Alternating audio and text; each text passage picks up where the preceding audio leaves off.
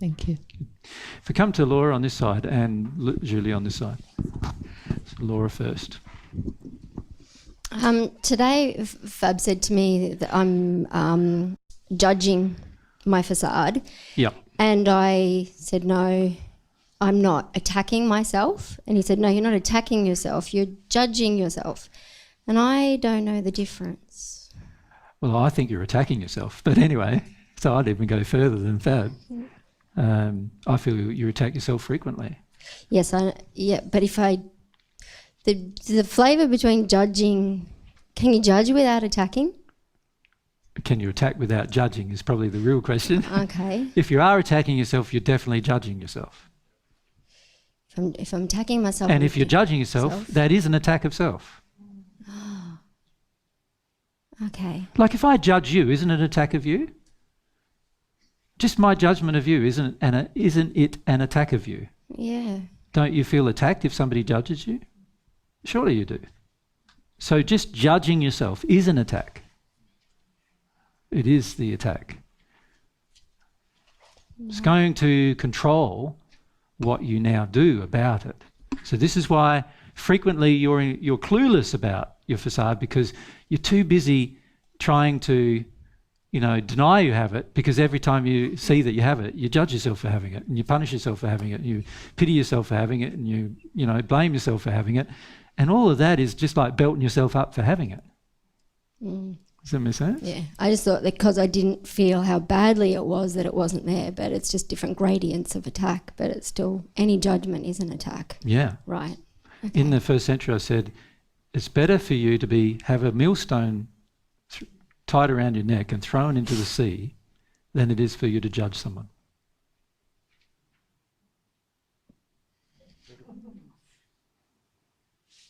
Why did I say that? That's how serious judgment is from God's perspective. It's a great degradation of another person's character and nature. Right. It's a terrible thing. You're basically saying you're superior to the other person when you judge. Now, in this case, when you judge yourself, you're basically saying you're inferior, aren't you? Yeah, constantly. Breaking God's law immediately. Yep. And like I said, in the first century, judgment is one of the, it's a serious problem, because it's like when you judge, you limit people. You limit them in their expression of their will and their power by judging them. That's the purpose of judgment isn't it? To control. That's the purpose of it. So when you judge yourself, the purpose of it is to control yourself, to stop being who you really are and start being someone different. Isn't that one of the motivations of the facade itself? So it's such a terrible emotion to judge yourself. Most people, when we talk about judgment, don't realise the seriousness of the sin you're creating, even when you judge yourself. So can I ask another one? Sure you can. Because I did ask it for the personal truth, but it's just this question. Yep. So judgment covers the addiction underneath it. Before you ask anything more, can I say that we're really now getting away from this topic? Do you want to stay on this topic or get away? The topic is covered, yes? You understand how to measure yourself? Yeah.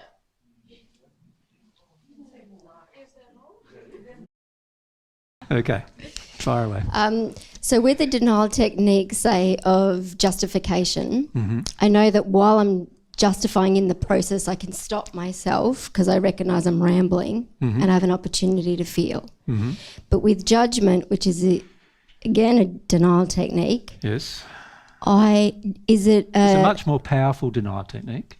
Right. And to just stop it, is that willpower or a loving use of will? Well, if you just try to stop it with you can do it with both, can't you? You can stop it with your willpower and just go, I'm not going to judge myself, and that's it. And then every time you judge yourself, you'll still want to do it because there's no desire hasn't changed in you. Your will hasn't changed. Your will's going to be going, I want to do it, while your mind's going, I don't want to do it. And isn't that going to be even more confusing? Yes. So we've got to find why we judge. So what's our purpose for judgment? So why do you judge yourself? Because I feel like I need correction. Let's have a look. Judge I don't realise I do it. That's why I'm just learning about that I judge myself all the time, just this group. Yeah, I agree, you do. So why do you do it, Laura? What do you get out of it? Remember, everything we do has a reward. What's your reward? Okay, I feel like I need to be taught. I need to learn through a bit of pain, or I need to learn through pain. I feel I need to be punished. Oh, yes. Or else I won't learn and I'll do it again. Yep. So that's a problem. So if I develop an aspiration to no longer judge myself, one of the things I'm going to have to address is the feeling. I'm going to have to feel through the need to be punished. The addiction, the desire to feel through the desire to be punished. Yeah. Now, why would I desire to punish myself? What's the purpose? What does it give me? There's something it gives me. I do it before others attack me. Exactly. I punish myself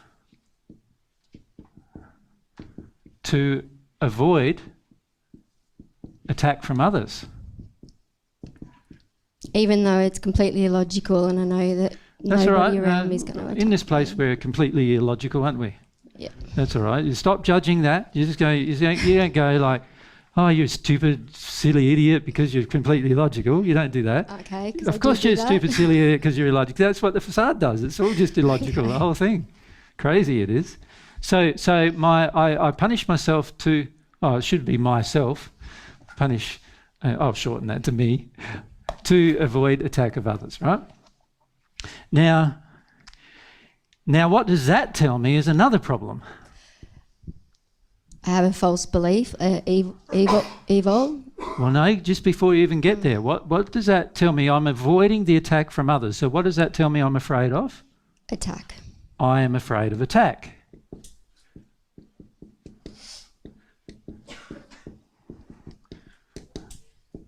Now, even like you just think about those, we won't cover anymore because we don't want to labour the point too much. So here we are, we've got 3 identified emotions that you've identified as your motivations for judging yourself. You follow me? Yeah. So there's three things. Have I just put a whole heap of ink over me? No, I haven't. All cover it. This is all before the addiction. This is right up the top on. Well, these are addictions, obviously. Okay. These are addictions. Right. Okay. You have a urge to do it. Yeah. And the urge to do it is a compulsion, and a compulsion is an addiction. Feels like who I am. I know it feels like who you are. It's not who you are. It's your compulsions. Yes. Unfortunately for the majority of people here, they believe their compulsions are them. Right? But once you get rid of your compulsions, you no longer think that, right? But it's only after you get rid of them. So here we have 3 compulsions, 3 addictions that cause you to desire to judge yourself. So that all results in the judgment of self. Is that not right? Yes. Okay, so then there might be more. I'm not suggesting that's all. I'm just saying there's 3 that we've identified. So here we are. We've got the 3 that we've identified. How do we stop our judgment of ourselves? It was quite obvious. I'm going to have to develop a will to feel each one of those motivations. Oh. So I go, okay, I feel about how much I have the need to punish in order to, like when I make a mistake, yeah. The need to punish myself for making mistakes. I feel about it. I feel about where that came from, why I want it, what hole is it covering? This is an addiction, so it always covers a hole. What hole is it covering? But I just need to feel it as an addiction and see it as a sin. So you don't see it as a sin, you think it's a good thing. Mm. You think, and the reason why you think it's a good thing is because your parents did it to you, and now you think it's a good thing, so you do it to yourself. Mm-hmm. Does that make sense? Yes. This one here, you do because it's avoidance of this. So this is an addiction, to punish yourself to avoid the attack of others. You know you're doing that to avoid attack, so what does that tell you? Every time you're going to get you're afraid of attack, you're going to revert to punishing yourself to avoid the attack. Now, is that loving yourself? No. Is that loving them? Is that loving the people who's attacking you? No. No, it's not. It doesn't do anything for them, does it? Aside from giving them more power over you, which is certainly not loving them. So I'm going to have to feel how terrified I am of attack. That's a fear driving my justified unloving behaviour. It's driving my sin towards myself. Yeah. Do you follow me? This is driving my sin towards myself to judge myself. So if I have those emotions, just those three, do I have a compassion for myself? No. No, I don't. So I can't manufacture a compassion for myself unless I release these three emotions. Because to try to manufacture compassion while these emotions exist is like trying to use my willpower to overcome what's really there. I can't do that. What I've got to do is release this so I no longer feel like judging myself. Does that make sense? Yeah. So also this afraid of attack, I feel it is my global terror, but it's right still up the top. Well, it's not actually your global terror. It's a part of your global terror, which we'll talk about in a couple of days' time. But for most people are afraid of attack because when they were children, they got attacked so many times, whether it be verbally or physically. You know, you were put down so many times, attacked so many times, that in fact, today it's used as the major method of controlling a child's behaviour. That's the fact. It's the major way of controlling a child's behaviour. And the more people go away from corporal punishment of a child, the more they revert to these other very insidious methods of controlling a child, which are all very harmful and degrading to the child still. And sometimes more difficult to release because it's a lot easier to admit that Dad belted me every few days for doing something wrong than it is to admit to yourself that somebody manipulated you and played a whole heap of mind games with you to manipulate your behaviour. Do you follow? Yes. So the point is, the way to release the judgment of self, which means working towards compassion of self, means that I've got to feel this need I have to feel punished. In fact, you have inside of yourself a feeling that if somebody punishes me, it means they love me. And in fact, your mother tells you that. Yes, that's true. Yeah. I do this because I love you. And a lot of mothers and fathers have done that. You know, Dad comes home from work, Mum says, give him a belting because they did the wrong thing. And Dad doesn't really want to do it, but he says, all right, I get out the strap and bang, bang, bang. I'm doing it because I love you. Or the Bible says I have to do it. As a part of learning as well. A loving way of teaching a child is through this process. Yeah, that's right. Yeah. So you start reflecting upon that and feeling about that and feeling how harmful that is. If you feel it and release it, then you'll release your desire to judge yourself. Once your desire to judge yourself has been released, now when you look at your facade, you won't judge it. Make sense, doesn't it? Yeah. Yeah. Thank you. Now you have some compassion, probably automatically for it. And I'll develop some faith in that because that's quite a big process for me. So I'll develop faith in that process. Yes. Yep. Yeah.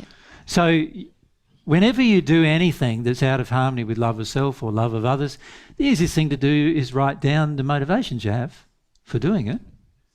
And most of you know what those motivations are. The key is to be honest with yourself, but most of you know what the motivations are. So you write down your motivations, why you're doing it. Now, in the case of hurting other people, it's a lot about manipulation, control. Punishment of others is all about, trying to manipulate and control other people, blackmail other people, bribe other people into getting what you want from them. If you're doing it to yourself, it's about, punishing yourself, bribing yourself in order to get somebody else to treat you a certain way usually. As well, same kind of motivation. So you can find the motivations. The key is once you've found the motivations is to feel them. And you're not doing that. What you do instead is you just punish yourself for having them. So you just go and live in this place. I totally live in it, yep. And punish yourself for having them. And the problem with that is that it doesn't get you anywhere. No. And that's why you haven't got anywhere. No. Because it doesn't get you anywhere doing that. It doesn't help you on a lot of levels, actually. There's also some other motivations for judgment of self, and some of them are actually quite manipulative, believe it or not. Like another one is we can add many, as I said. But another one is, when I judge self,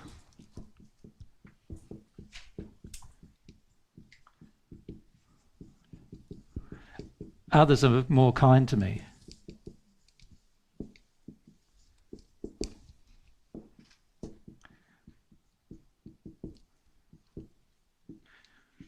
Unfortunately, that is true for most people.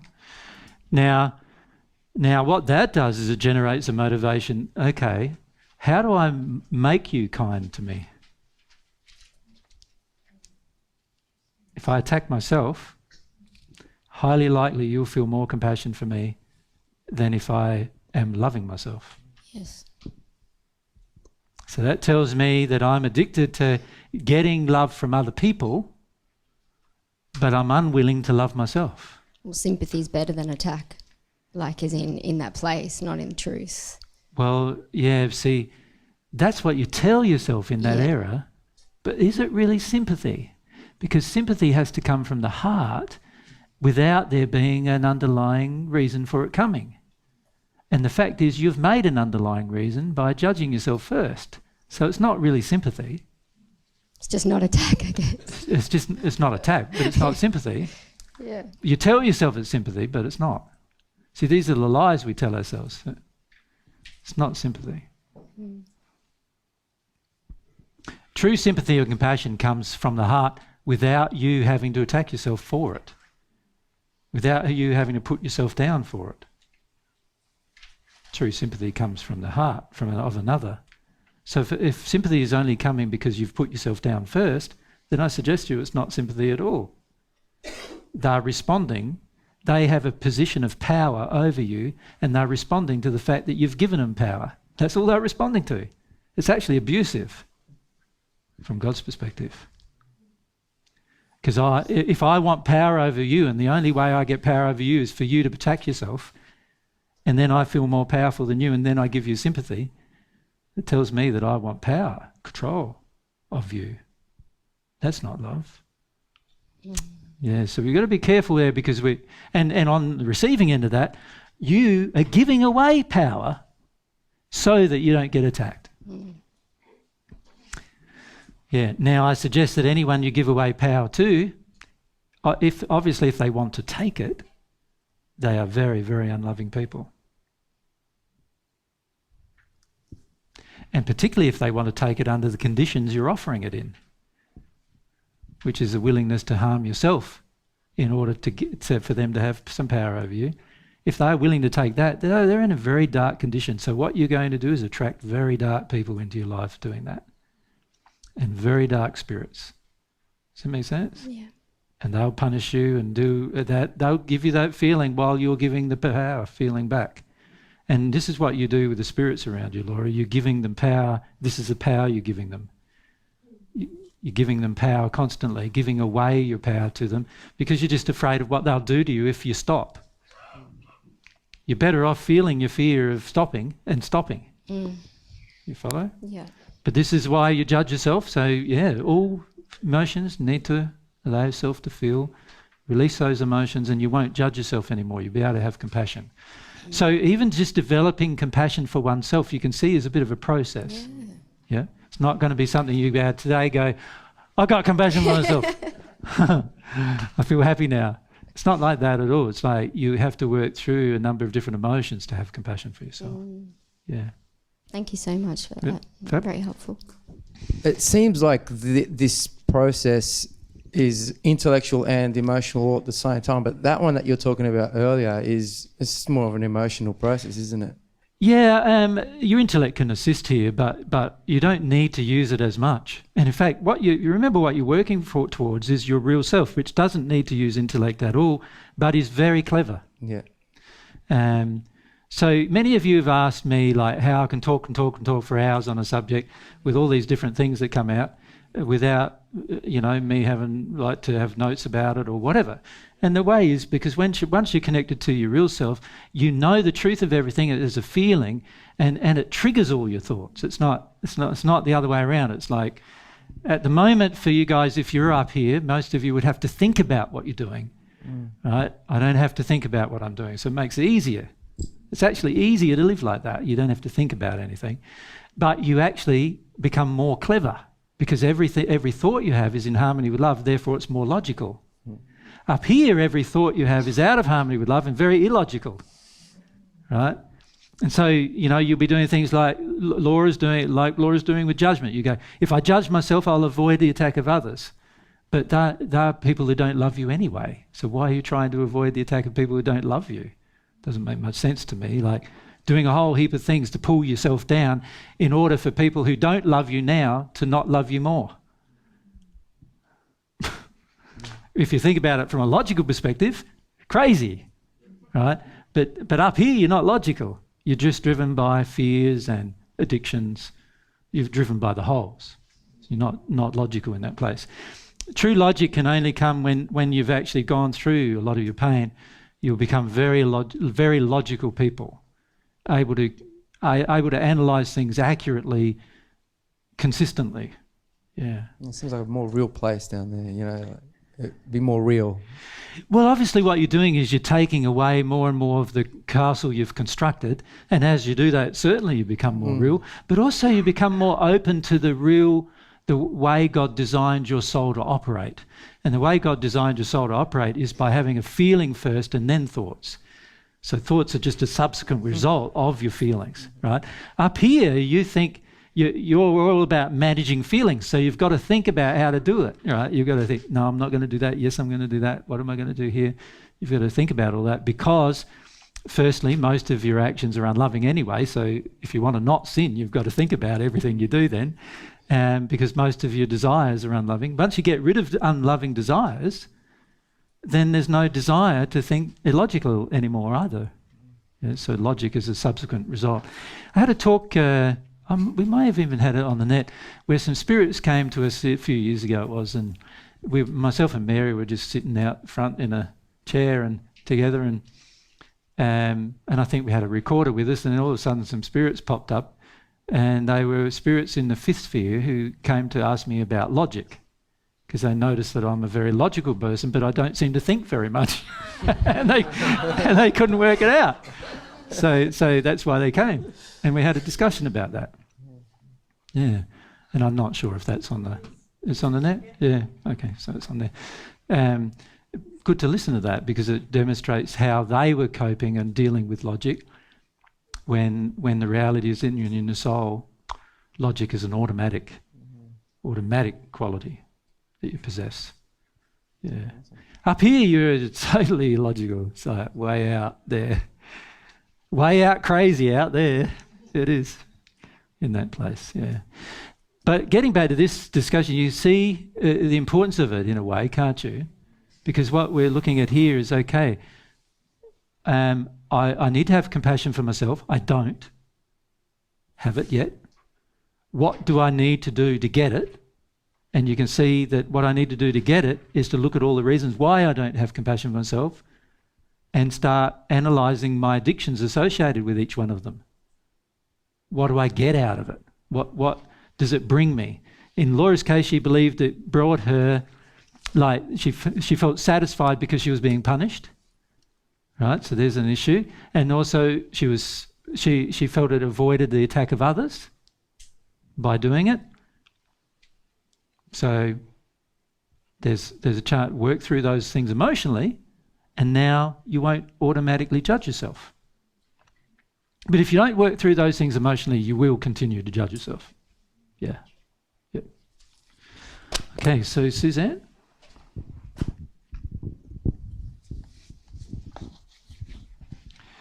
Just following on from what Laura was talking about.